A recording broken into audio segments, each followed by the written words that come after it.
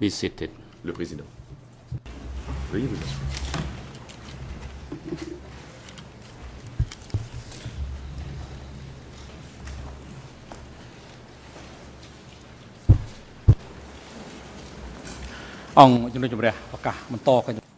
The court is now in session. In today's hearing, we will hold the key document presentations on three work sites. The first Yanjuri Dam, the Kampong Chnang Airfield Construction Work Site, and Trapang Tmo Dam Work Site. Following the hearing of the testimony of witnesses relating to the three work sites. Ms.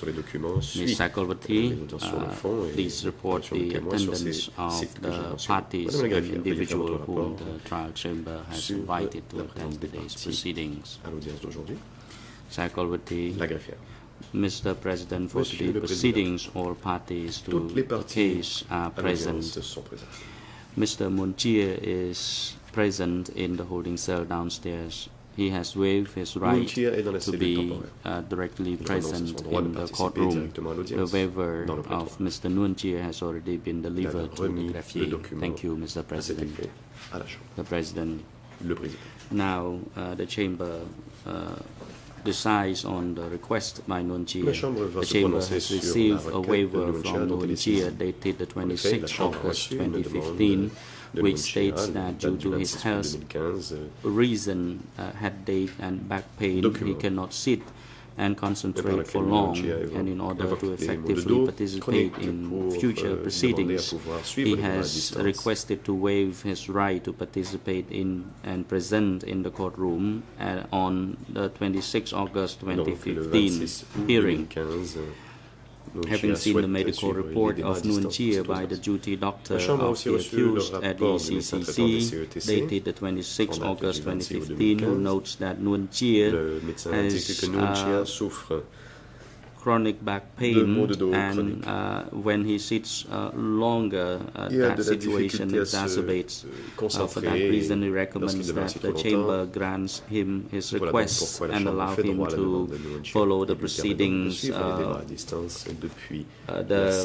from the holding cell downstairs. So, based on the above information and pursuant to Rule 81.5 of the ECC internal rules, the Chamber grants Nuon Chea leave to follow today's proceedings remotely from the holding cell downstairs.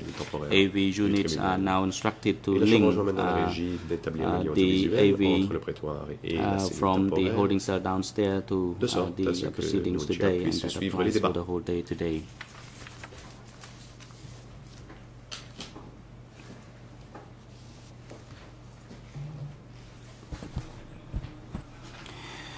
As per the memorandum of the trial chamber, document E315/1 dated the 17th December 2014, the trial chamber emphasizes that the trial chambers will hold the key document presentation hearings as has been done in case 02/01, in order to allow the parties the opportunity to present key documents relevant to the facts in the proceedings in each segment in case 002/02. This trial will also help the public to understand the key documents as well as the facts of the work site following the presentation of the key document of the Tramkok Cooperative as well as Klang Tachan Security Center dated the 27, 28 and 30th April 2015. The trial chamber has decided that it will hold the key document presentation hearings following the examinations of the evidence relating to the facts concerning the three work site, that is the first Yanjuri Dam work site, the Kampong Chnang Airfield work site, and Trapang Tmo work site.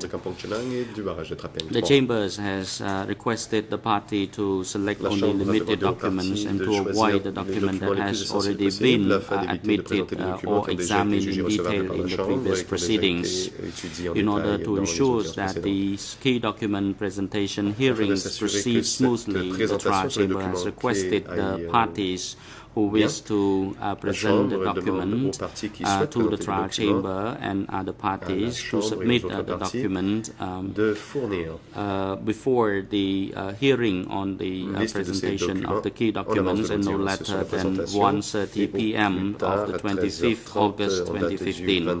All parties have already submitted their key documents by the deadline of the trial chamber. As notified in the email by senior legal officers of the 17th August 2015, the senior legal officer of the trial chamber notes that the trial chamber will hold the key documentation presentation hearing for 3 days on the 26th, 27th, and 31st August 2015 in order to present key documents relating to the three work sites. Today and tomorrow, each party will be granted the opportunity to present key documents concerning these three work sites.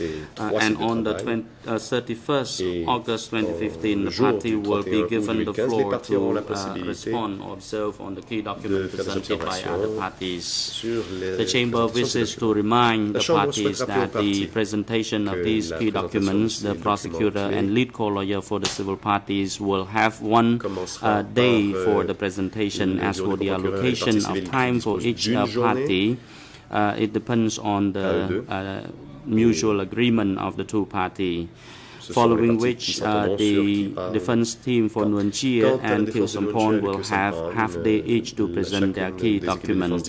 Following the presentation by the two defense teams, the prosecutors and lead co-lawyer for the civil parties will have half a day to respond or observe on the documents of the two defense teams, and toward the end of the key document presentation hearing, the defense team or the accused will have half day to reply to the presentation by the prosecutor and lead co-lawyer for the civil parties. The trial chamber wishes to remind the parties once again that this documentation presentation is distinct from the presentation on the admissibility of the document. Because our party has already granted the opportunity to object in writing on the various documents submitted in case 002/02.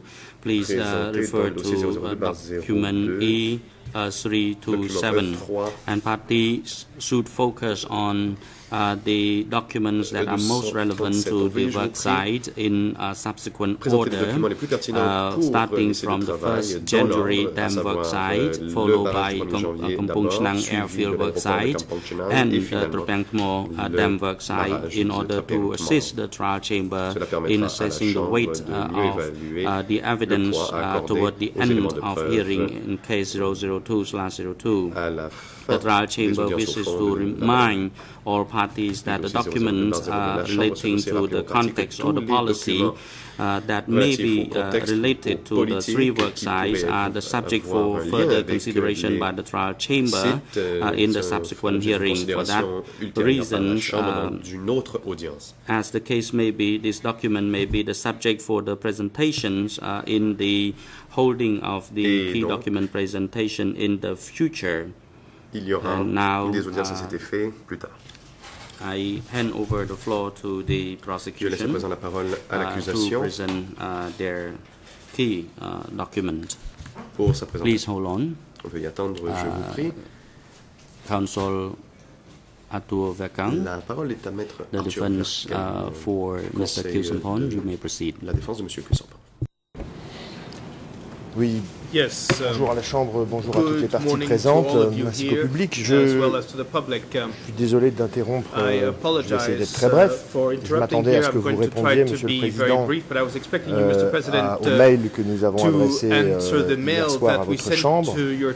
En effet, en examinant la liste communiquée par les procureurs et le document qu'ils souhaitent utiliser aujourd'hui pour cette présentation de documents clés, nous considérons que, eh bien, en fait, il contreviennent à la règle que vous venez vous-même de rappeler à l'instant, à savoir que vous aviez déjà posé par le passé, à savoir que ces audiences sur les documents clés ne sont pas un débat sur l'admission en preuve de documents.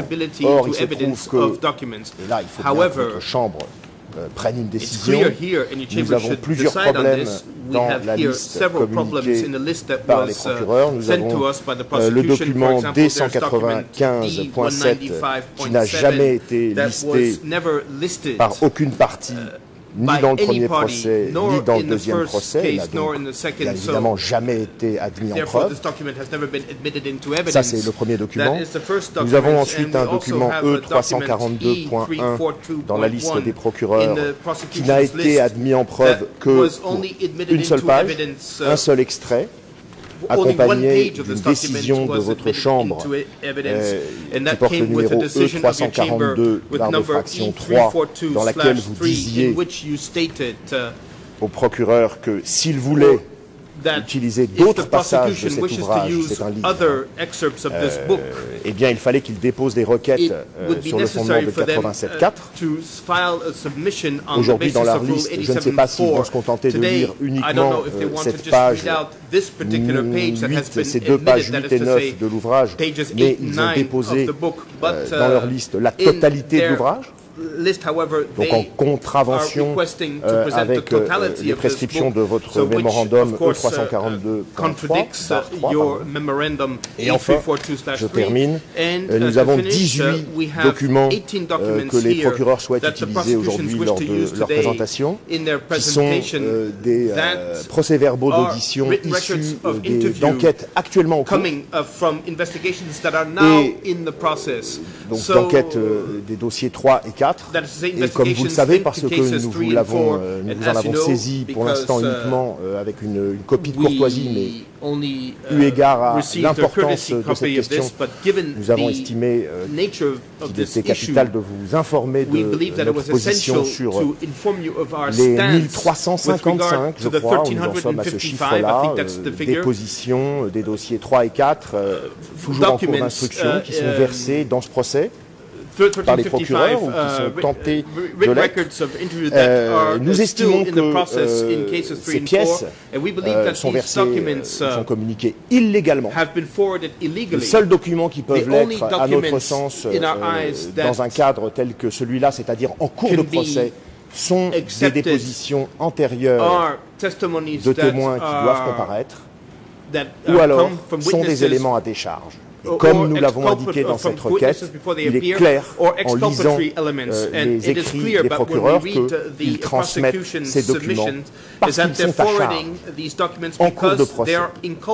Et d'ailleurs, vous vous doutez bien, Monsieur le Président, Mesdames, Messieurs, que si aujourd'hui, lors d'une audience sur les documents clés, les procureurs ont l'intention de lire des extraits de 18 de ces procès-verbaux, ça n'est certainement pas à décharge. Donc, avec la plus grande fermeté, nous nous élevons contre cette pratique qui consiste à laisser les procureurs faire ce que bon leur semble au mépris de toutes les règles que vous avez vous-même posées, puisque c'est votre Chambre qui a dit que les documents qui étaient déposés en cours de procès par les procureurs et qui venaient d'être reçus comme les procès-verbaux 3 et 4 sont uniquement ceux qui sont à décharge. Je vous demande donc d'écarter les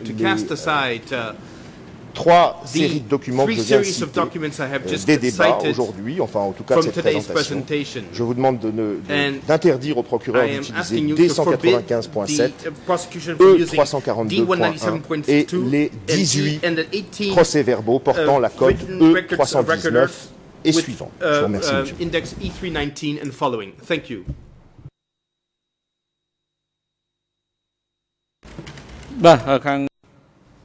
The President. Le Président. Mr. Prosecutor, do you have any Monsieur le procureur, observation or response to the point raised by the defense team for Kyu Sampon? l'observation de la défense de Kyu Sampon. Just briefly, Your Honor. In relation to E342.1, in fact, the prosecution won't be using that document today, even though it was on the list. In relation to E195.7, that's a map, and it hasn't been admitted into the evidence. It's on the case file, but it's quite a helpful map. I assume the defence don't want the rules to be that stringent. It's quite a clear map. But to avoid the debate for the moment, we won't be using that map at this stage. But as far as the other 18 documents, those documents have been admitted. The next point is the defence is saying that the prosecution can't put forward inculpatory evidence. That's strange. That's the prosecution's job, to put forward inculpatory evidence, whether it's from a written record or whether it's from a contemporaneous document. Of course, that's the prosecution's role. Without going into details about what is exculpatory, what is inculpatory. I think one point I'd like to make is that I think we all know that when we look at the documents in this trial, there's elements that affect the reliability of other witnesses, and there's either strengthens the case or it weakens the case. That's the nature of evidence. But the idea that the prosecution can't put forward inculpatory evidence is very strange. This seems to be tied up with their motion that they put forward about not having this other evidence come into the trial. That's the subject of a motion, and the prosecution will respond to that. But that's certainly not. These documents are admitted, and the prosecution is able to put forward inculpatory evidence. That's its job. My colleague prosecutor may want to add one thing further about those 18 documents, because he's looked at them closely. Merci. Mr. President, I'll just add some details so there's no confusion on the status. This relates to the E319 documents. The prosecution made an 87.3 and 87.4 motion for the admission of those documents on the 25th of May of this year. No party responded to the prosecution's motion. On the 17th of July, the trial chamber granted the prosecution motion for the admission of all of the documents that are on the list. That references E319/22/1. And in paragraph 1 of that memorandum, the chamber noted that no party had responded to the prosecution motion. Thank you, Mr. President. Merci, Monsieur le Président. Just to clarify, since the prosecution appears to have the document ready, E319/21.3.19 is admitted too? Ce document a-t-il aussi été... Can you read that number again for me? Le procureur, pouvez-vous me répéter E319/21.3.19. Point 3.19. E319/21.3.19. Your Honor, I believe it is. It's a lengthy annex. I would have to look through, but I'll confirm that before using it, certainly. Je vérifie avant de vous donner une réponse définitive. Très rapidement, Monsieur le Président. Very rapidly, Mr. President. Je voudrais dire que... I would like to say that. Bon, Monsieur le procureur qui m'a répondu en premier fait semblant de ne pas comprendre ce que je dis. Bon, c'est son droit. Il dit que la charge des procureurs est de déposer des documents à charge. Mais bien sûr, c'est évident. Il n'y a pas de problème avec ça, nous l'avons bien compris. Simplement, il y a des règles procédurales qui veulent que les droits de la défense soient respectés. C'est-à-dire qu'il faut qu'au début de ces audiences, au début de ce procès, le champ du procès soit déterminé pour que la défense puisse se préparer. Et il n'est donc pas possible, sauf exception, 87.4, d'alimenter en permanence ce procès avec des preuves à charge supplémentaires. Ou alors, si on fait cela, ça veut dire qu'en fait, il n'y a pas de procès. Donc, c'est une règle capitale. Donc, comme M. le procureur fait semblant de dire « mais comment ça, on nous interdit de communiquer des preuves à charge », on ne vous l'interdit pas, on ne vous l'a pas interdit pendant des années, pendant toute l'enquête, vous pouviez le faire. Là, aujourd'hui, on est pendant le procès, et pendant le procès, vous ne pouvez pas, et la Chambre vous l'a dit,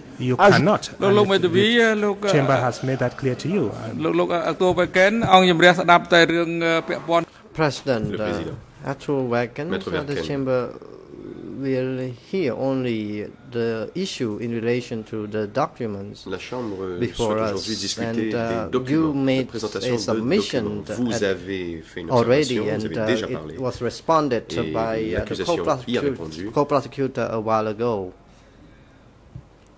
Court officer, please check the headset of Actual Wagon so that he can hear what I'm talking of.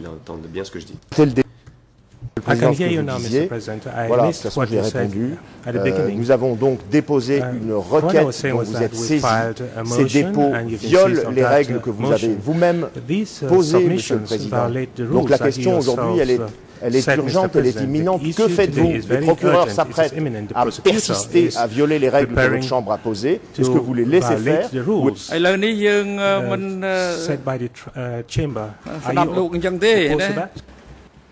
President, you are not given the floor to express any other matters other than the issue in relation to documents. You have the floor now, Judge Laven. La parole est maintenant au juge Lavergne. Bien, pour essayer peut-être de clarifier les choses. Je comprends que la défense de Kesampan objecte à 3 types de documents. Il y a un premier document qui est une carte dont il n'est pas discuté par le procureur, qui n'a pas été déclarée recevable et n'est donc pas pour l'instant au dossier. Nous nous prononcerons en temps et en heure sur cette carte. Il y a un autre document qui est le livre d'Andrew-Merta, pour lequel seule une page a été déclaré recevable au dossier. Pour le reste du livre, s'il y a des demandes, eh bien on appréciera également.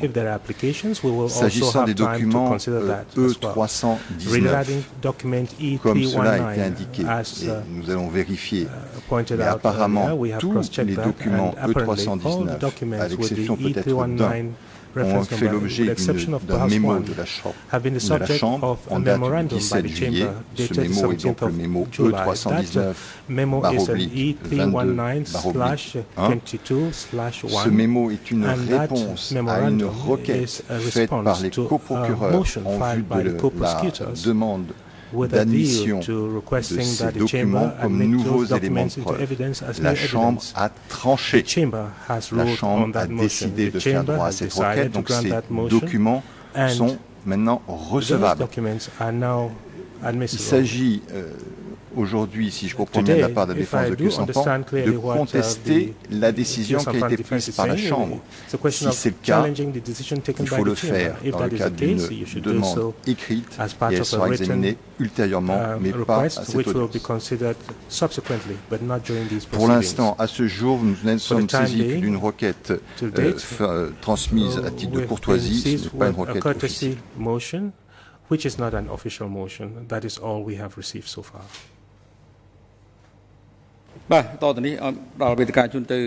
President, the Chamber now gives the floor to the co-prosecutors to present key documents. Merci, Monsieur le Président. Thank you, Mr. Madame et Messieurs les juges. Bonjour à toutes les parties et au public. Je constate, Monsieur le Président, qu'il est 9h40. Alors, nous allons essayer de terminer avec les parties civiles aujourd'hui, mais on verra. Si on n'y arrive pas, on vous demandera peut-être de déborder légèrement sur le temps de demain matin. Je vais m'attacher au nom du bureau des coprocureurs à présenter des documents relatifs au barrage du 1er janvier. Et juste après moi, les parties civiles présenteront leurs documents relatifs à ce même barrage et ensuite nous procéderons de la même façon avec les deux autres sites. Je vais commencer par certains documents qui se rapportent aux considérations plutôt générales par rapport au projet hydraulique et d'irrigation au Kampuchea démocratique. Ensuite, je m'attacherai à montrer certains documents, certains témoignages qui nous parlent des conditions de vie et de travail au site du barrage du 1er janvier, 6 janvier.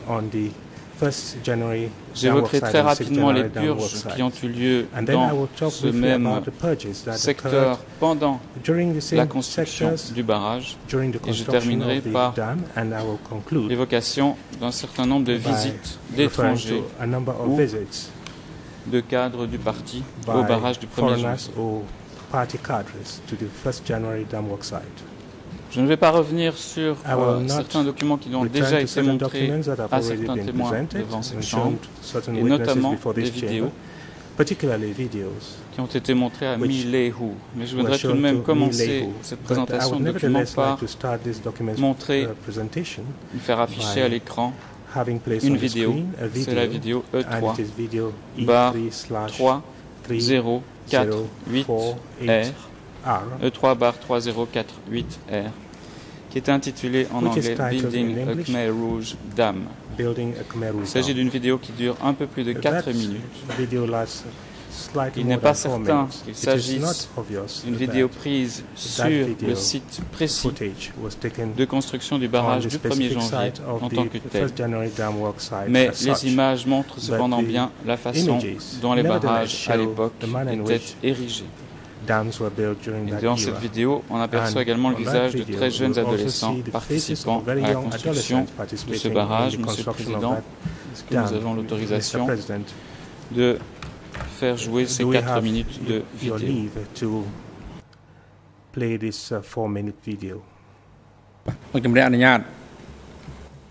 President, you can proceed now. Allez-y.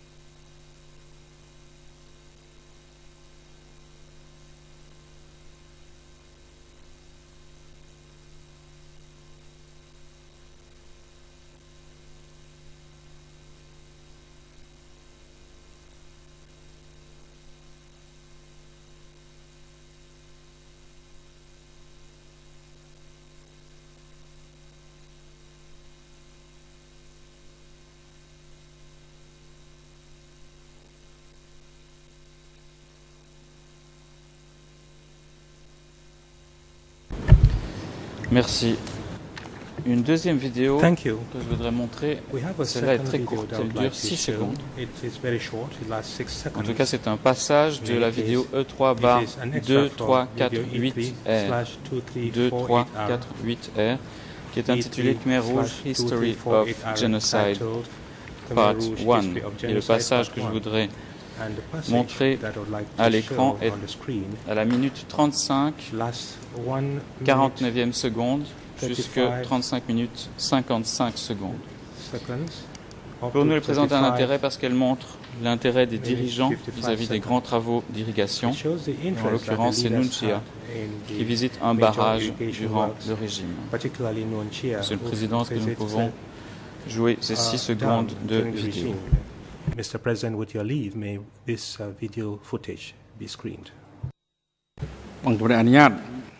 President, yes. You can proceed. Le président. Allez-y. AV technician, please project the video footage as requested by the deputy co-prosecutor. L'extrait vidéo comme le demande le procureur.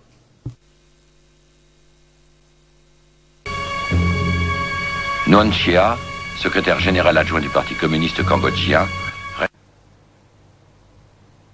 Nuon Chea. Voilà, c'est très court, on reconnaît Nuon Chea. Le document suivant est un document écrit E3/2412. E3/2412. C'est un article écrit par François Ponchot qui est intitulé Kampuchea.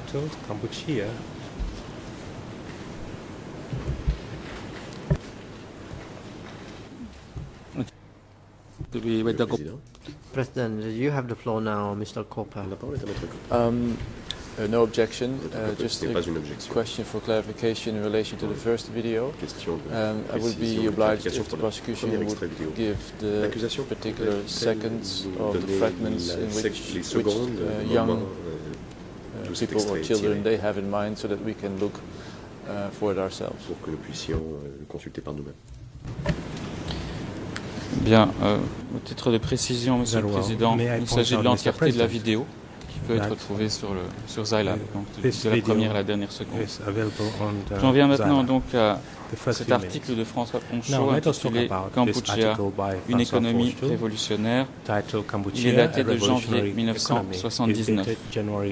Dans ce document E3/2412, François Ponchot analyse notamment la place des grands travaux d'irrigation dans l'économie cambodgienne.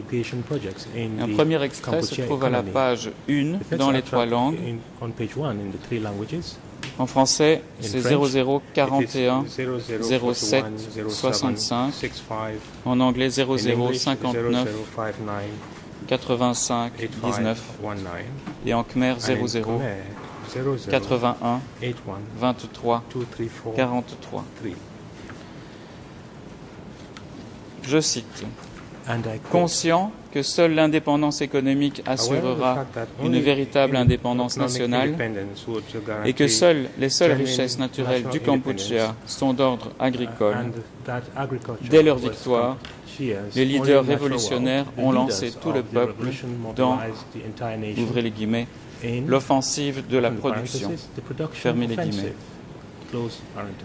Ouvrez les guillemets, pour défendre et construire le pays, fermez les guillemets. Seconde étape de la révolution. Un peu plus loin, sur la même page, François Ponchot dit ceci, je cite, « Selon le dicton révolutionnaire, on fait la guerre avec le riz, on fait la rizière avec de l'eau. C'est donc la réalisation d'un vaste système d'irrigation du pays qui a mobilisé la quasi-totalité de l'énergie du pays durant ces 3 dernières années. » Fin de citation. Et Ponchot continue en citant la propagande Khmer Rouge de l'époque. C'était la page 2 de ce même document dans les 3 langues. Il dit, depuis avril 1975, ouvrez les guillemets, le Cambodge tout entier est un immense chantier, fermez les guillemets. Et ça, il précise en note que c'est un extrait d'une conférence de Ieng Sary. Donc le Cambodge tout entier est un immense chantier où le peuple travaille jour et nuit sans craindre ni la fatigue, ni la peine. Fin de citation, fermez les guillemets, pardon. Tout le territoire se couvre d'un vaste réseau de digues et de canaux qui le transforment en un damier de rizières. Ces gigantesques travaux éviteront à la production d'être soumise aux caprices de la nature et permettront au peuple d'être, ouvrez les guillemets, maître de la terre et de l'eau, fermez les guillemets, ouvrez les guillemets, maître de la nature, fermez les guillemets, ouvrez les guillemets, maître absolu de l'eau en tout temps, pendant la saison des pluies comme durant la saison sèche. Fermez les guillemets. En un mot, d'être vraiment maître du pays. Fin de citation.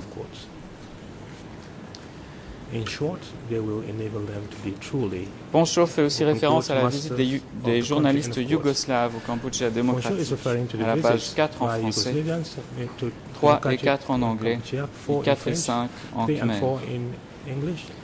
Il dit ceci, je cite, « En mars 1978, la délégation de journalistes yougoslaves a pu visiter une dizaine de ces barrages. »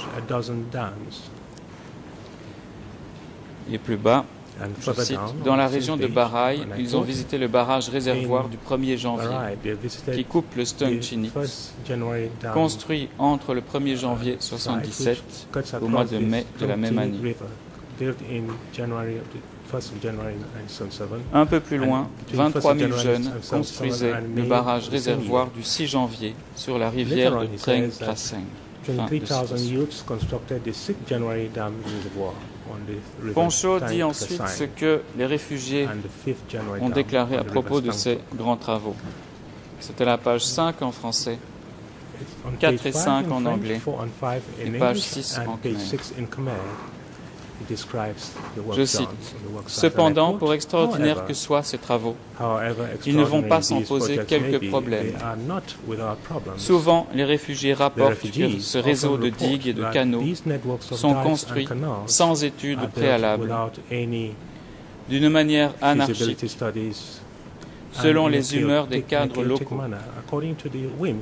Parfois même, ils ont dû détruire des digues nouvellement construites, certaines étant trop hautes, d'autres trop basses, n'assurant pas une bonne répartition des eaux.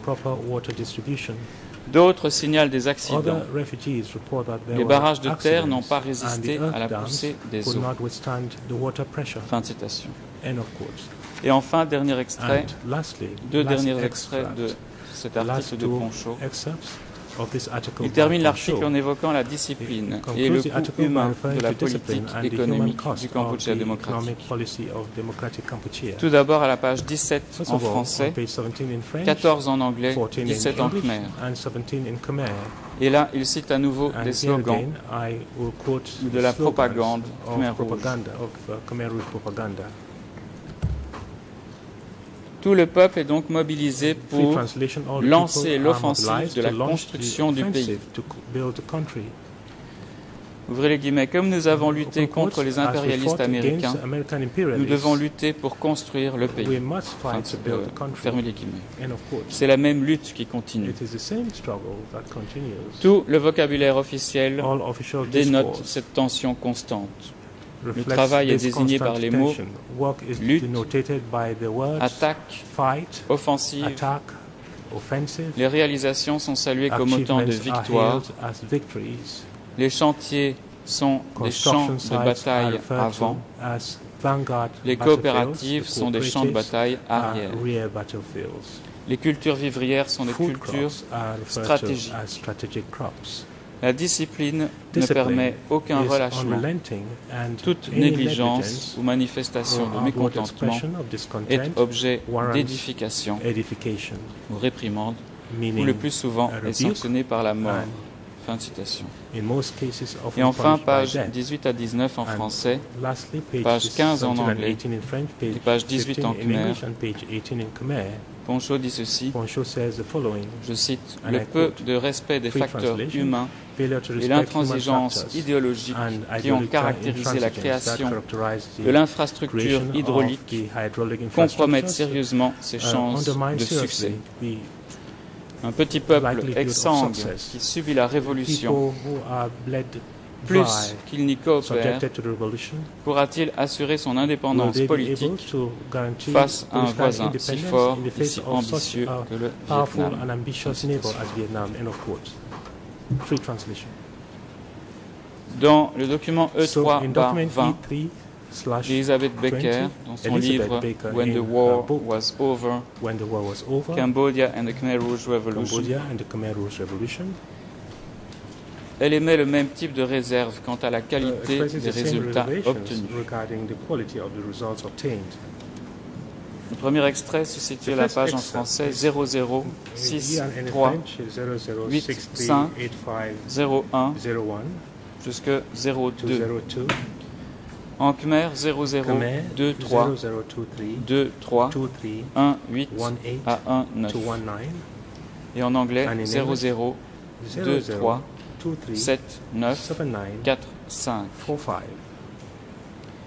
Dans cet extrait, elle parle plus particulièrement du barrage du 1er janvier qu'elle a visité lors de son passage au Cambodge en décembre 1978.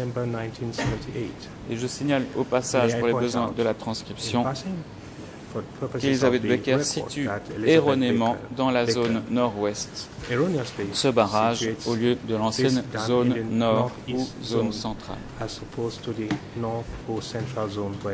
Je cite cet extrait.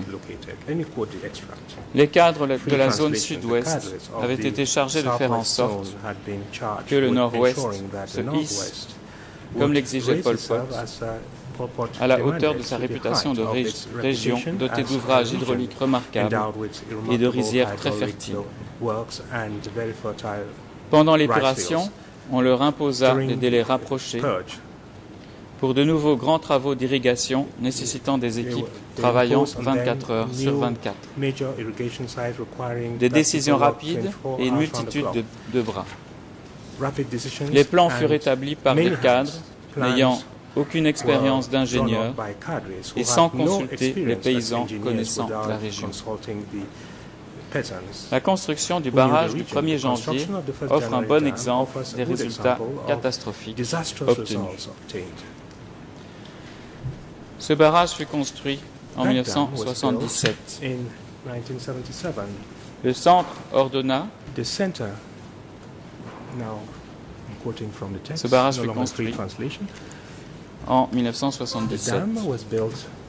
Le centre ordonna qu'il soit réalisé entre la moisson de janvier et la saison de plantation de mai. Il devait irriguer 20 000 hectares de terre. Il n'y avait quasiment pas d'équipement mécanique disponible. Aucun bulldozer pour creuser, quelques camions seulement pour transporter la terre. Les communes des environs durent faire don d'équipes de travail de milliers de personnes dépourvues de formation. Elles travaillèrent comme des fourmis, creusant la terre avec des pioches et des pelles rudimentaires, transportant des poids énormes de terre et de pierres dans des paniers de bambou suspendus à une perche posée en équilibre sur leurs épaules. Elles s'échinèrent 24 heures sur 24, s'éclairant la nuit avec des lanternes, mais terminèrent à temps. Et à la saison des pluies de 1978, le barrage se rompit.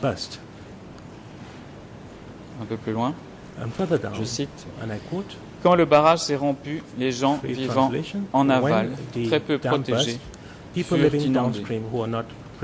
Le reste du système d'irrigation demeura utilisable, mais de nombreux canaux ou étaient désalignés ou avaient besoin de gros travaux qui n'auraient pas été nécessaires s'ils avaient été construits correctement pour commencer. »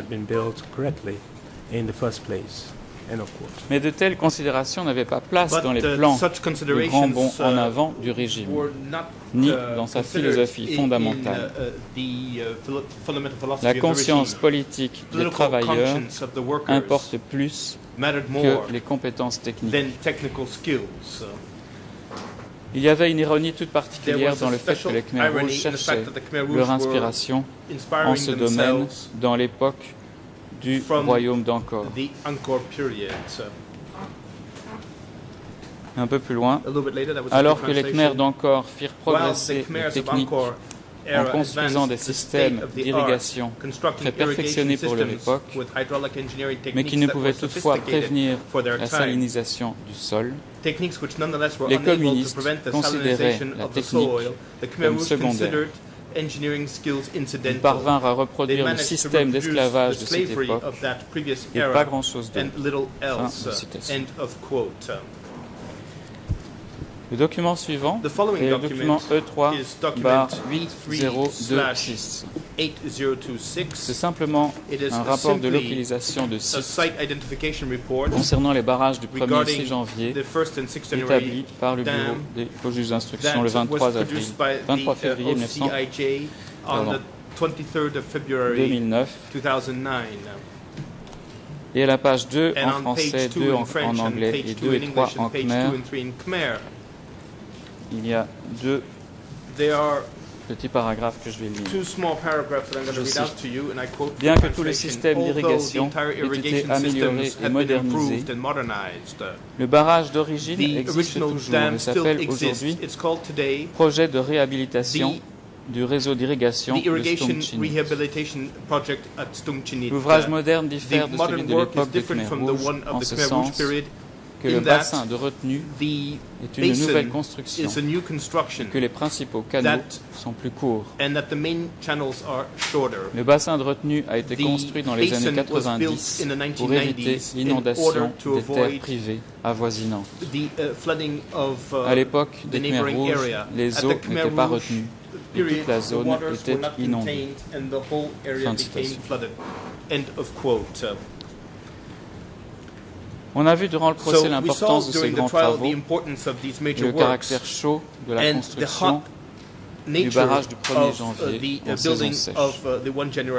Un autre document est le reflet de cette importance aux yeux de Pol Pot et du comité central.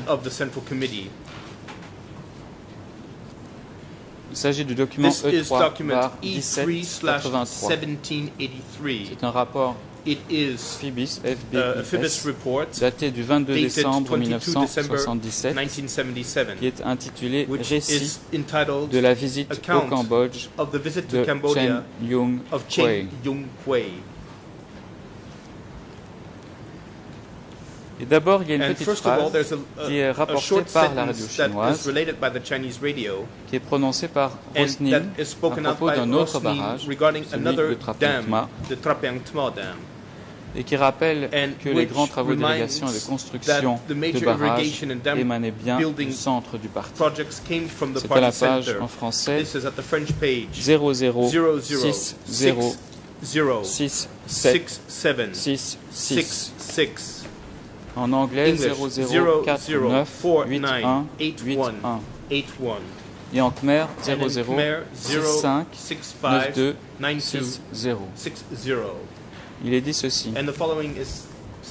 Je cite, le camarade Nim Roth, secrétaire du comité de la zone nord-ouest du PCK, a déclaré que le réservoir avait été construit en réponse à l'appel du comité central du parti demandant de construire de grands projets de rétention d'eau.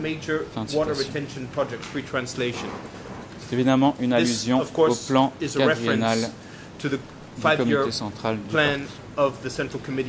Toujours le même document E3/1783. S'agissant alors du barrage du 1er janvier, l'article poursuit plus bas.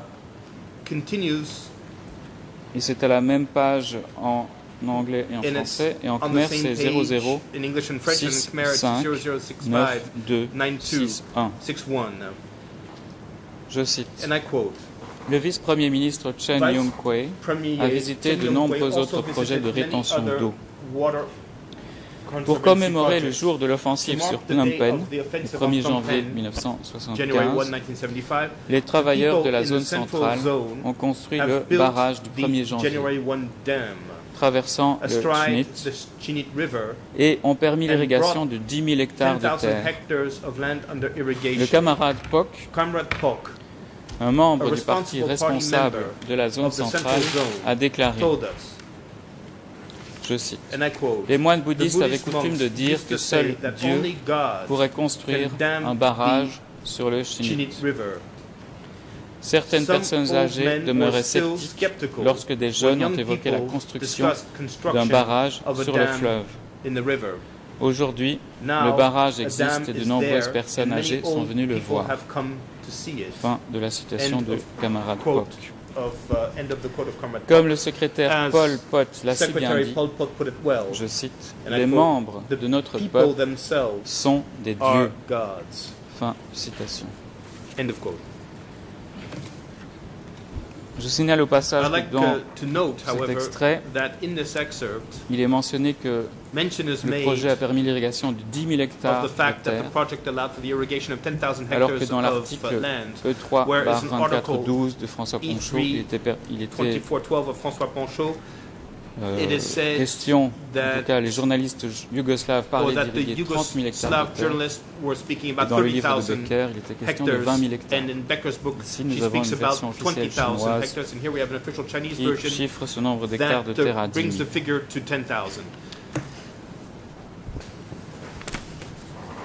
Le document E3/1339, document suivant, est un rapport de FBIS de décembre 1977. À la page en anglais 0016835, il n'y a pas encore de traduction française ou khmer. C'est une page qui se trouve à la date du 8 décembre 1977, se trouvent les noms des autorités cambodgiennes qui accompagnaient Chen Yun Kway lors de sa visite du barrage du 1er janvier, le 6 décembre.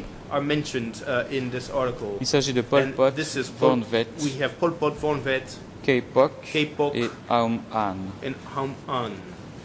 Il est mentionné dans cet article que des milliers de cadres et de gens les ont accueillis sur place.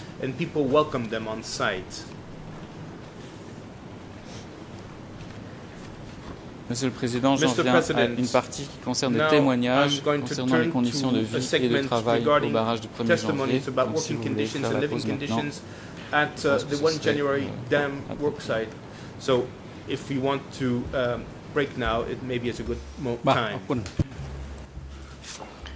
President, thank you.